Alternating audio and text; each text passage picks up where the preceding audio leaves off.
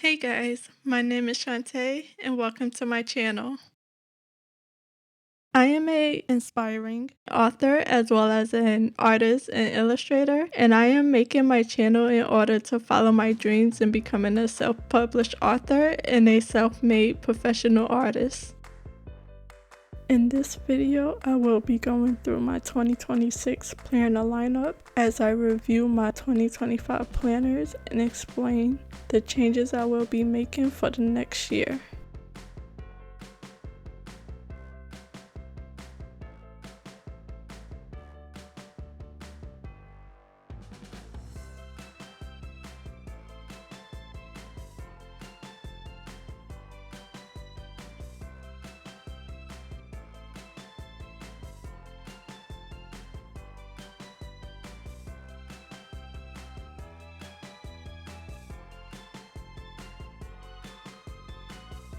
This is my 2025 planner. It's an A5 horizontal common planner from Sterling Ink. Here I had a cover that's a ashy pink color and a sky blue on the inside that I got from Amazon, and a clear cover on top of it. I have my Sterling Ink February vellum in between the two covers. On the back is an A5 year at a glance pencil board from Sterling Ink. Here's a quick flip through on how I used my pages in my 2025 planner. Not much will be changing for the next year as far as my planning system goes, but my planners has changed quite a bit. I'll show a slower flip through of this planner at the end of the video for those who wants to see it. I don't plan to use my planners too much differently from how I did this year. Some things that I would like to bring back, like what I started at the beginning of the year that I slowly fell off of at the end of the year, as well as incorporating things that I started in the later half of the year,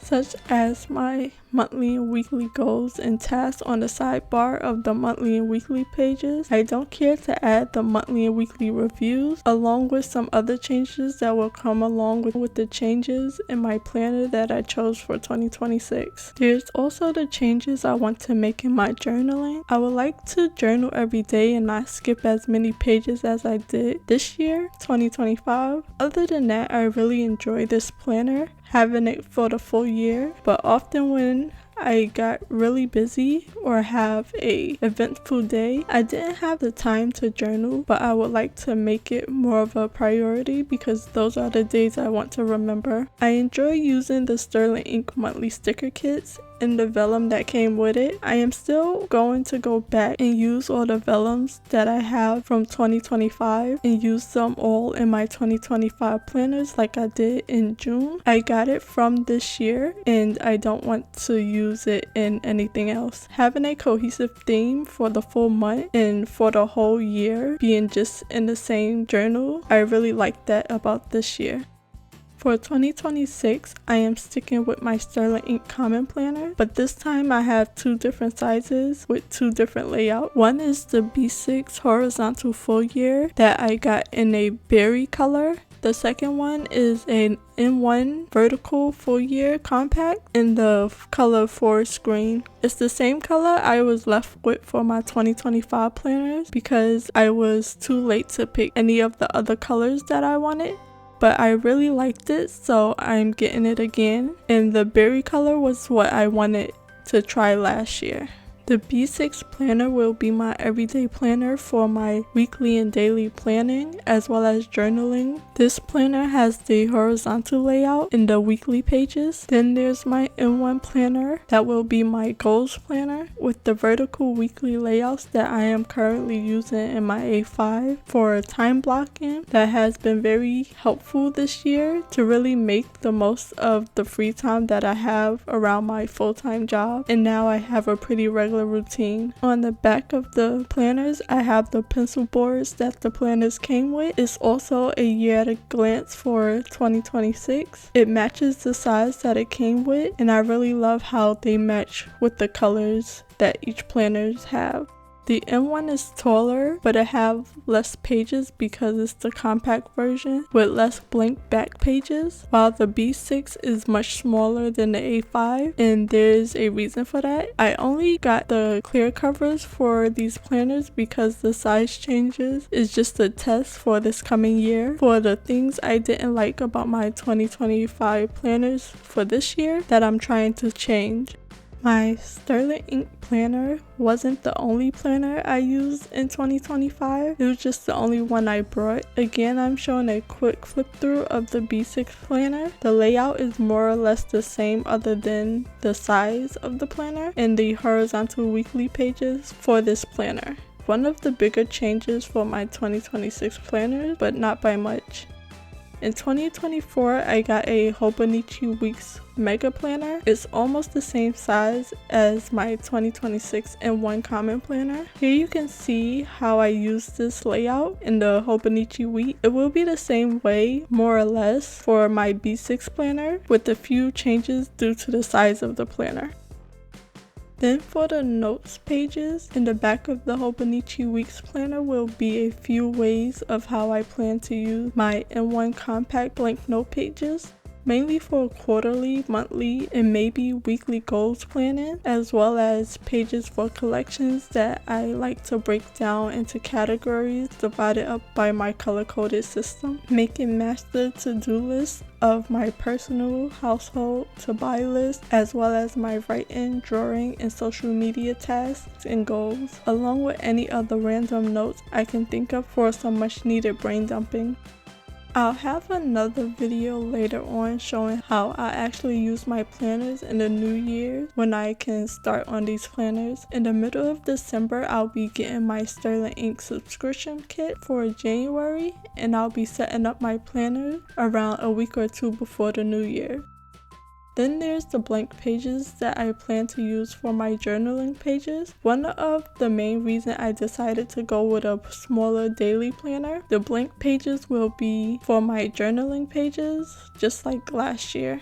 I want to explain some of the pros and cons that I am already seeing before getting into my planners. One of the main reasons I switched was because journaling was taking up too much of my time when it's late at night, around 9:30 p.m. when I am planning for the next day in my planner and checking off all my tasks. Then I have a full blank page to fill out. I like that my task list took up almost half of the upper page, sometimes almost the whole left side of the page, but on most days where I didn't have a lot to write about, it was a daunting task at the end of a long day. So I am hoping that this will help while not giving me the opposite problem where I run out of space to write. The monthly stickers really help with taking up space in the page while adding decoration, but it also might hinder me with the smaller planner size. You'll see in my flip through of my 2025 planners, I was already cutting down the larger stickers so it wouldn't take up too much of the blank space, and so that I will have enough stickers for the 30 daily pages. And while I will most likely be getting more bang for my buck just by having the mid-tier subscription kit, when many times I thought about upgrading, it might now be too much, but I won't mind splitting the stickers and the vellum between both planners. I'll just have to wait and see. And I also hope, of course, to not run out of space before I write everything I want to write for the day.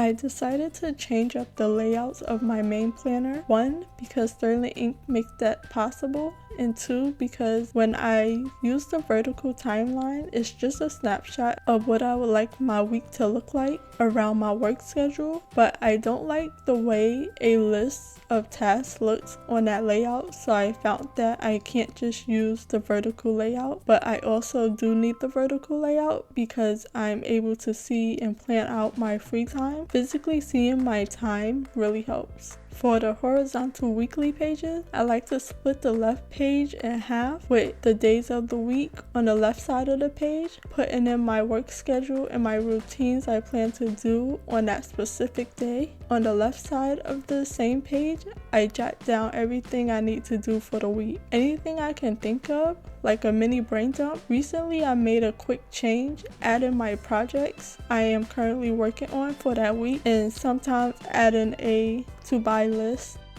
On the right page, I do a Alistair method on the full page. On the top, I have a list of my daily habits, and beneath it, I have another list of tasks for the week. But unlike on the left side, where I put one-time tasks that I don't have a specific date for, while this one, the task can be done almost daily, but some days I might not get to it, so it can also be done on any day or multiple days. I also put dots on the days I would like to get to the task, or where I think I have extra free time to do that task.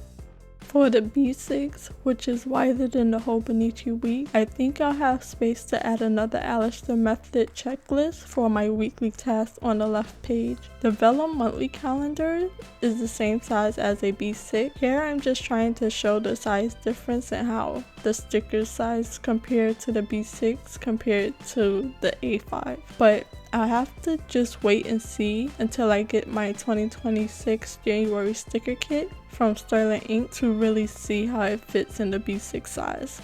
I know this video is a long one, and that's pretty much all I have if you would like to leave now. But if you would like to stick around, I have some old video footage that I added at the end of this video. It's an old plan with me from the beginning of 2025 in January. I am planning in the monthly and the weekly pages. I got some ink and 2 new TWSBI fountain pens at the beginning of this year. I purchased them alongside my 2025 planner, and it's pretty consistent on how I planned in 2025, and I don't think I'll be changing much in 2026 besides the size of my planners, and I would like to apologize in advance for the bad lighting.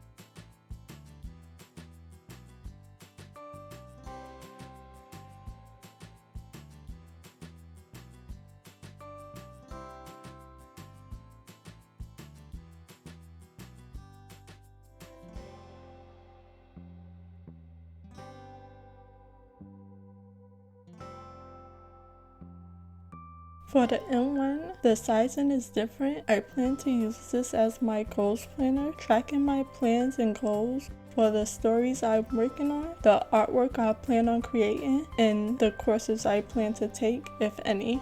The main reason is to organize the projects that I'm working on while also tracking the time it takes me to finish a project in my monthly calendar, because I would like to get faster at finishing my project. I've learned from this past year that having tracking really helps me understand why I am slow in my progress or behind where I would like to be, mainly switching focus or just not working on tasks, skipping days, while also seeing how long certain steps of a project can take me.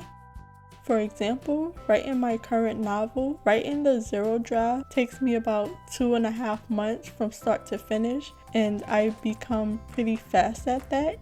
But editing the first draft is taking far longer, and I would even like to break it down by how long it takes me to edit a page or even a chapter. As for my drawing, I can track the idea in thumbnail stage, cleaning up the sketch and doing a rough color, starting the line art and rendering the drawing, all in the hopes of improving my speed and having more finished works. Along with my social media posting, not only just posting, but noting the days I film and edit my videos, editing being another thing that takes me longer than I would like.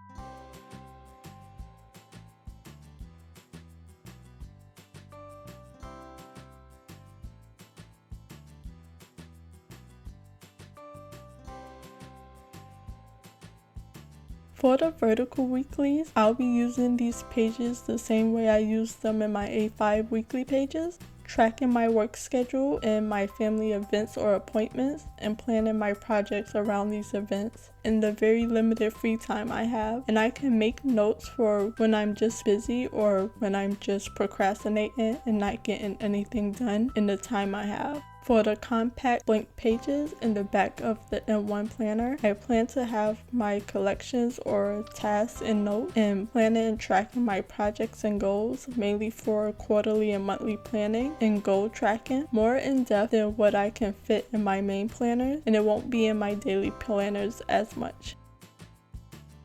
I have a few examples in my 2024 Hobonichi week on how I plan to use these pages, so those are the main two planners that I'll be using in 2026.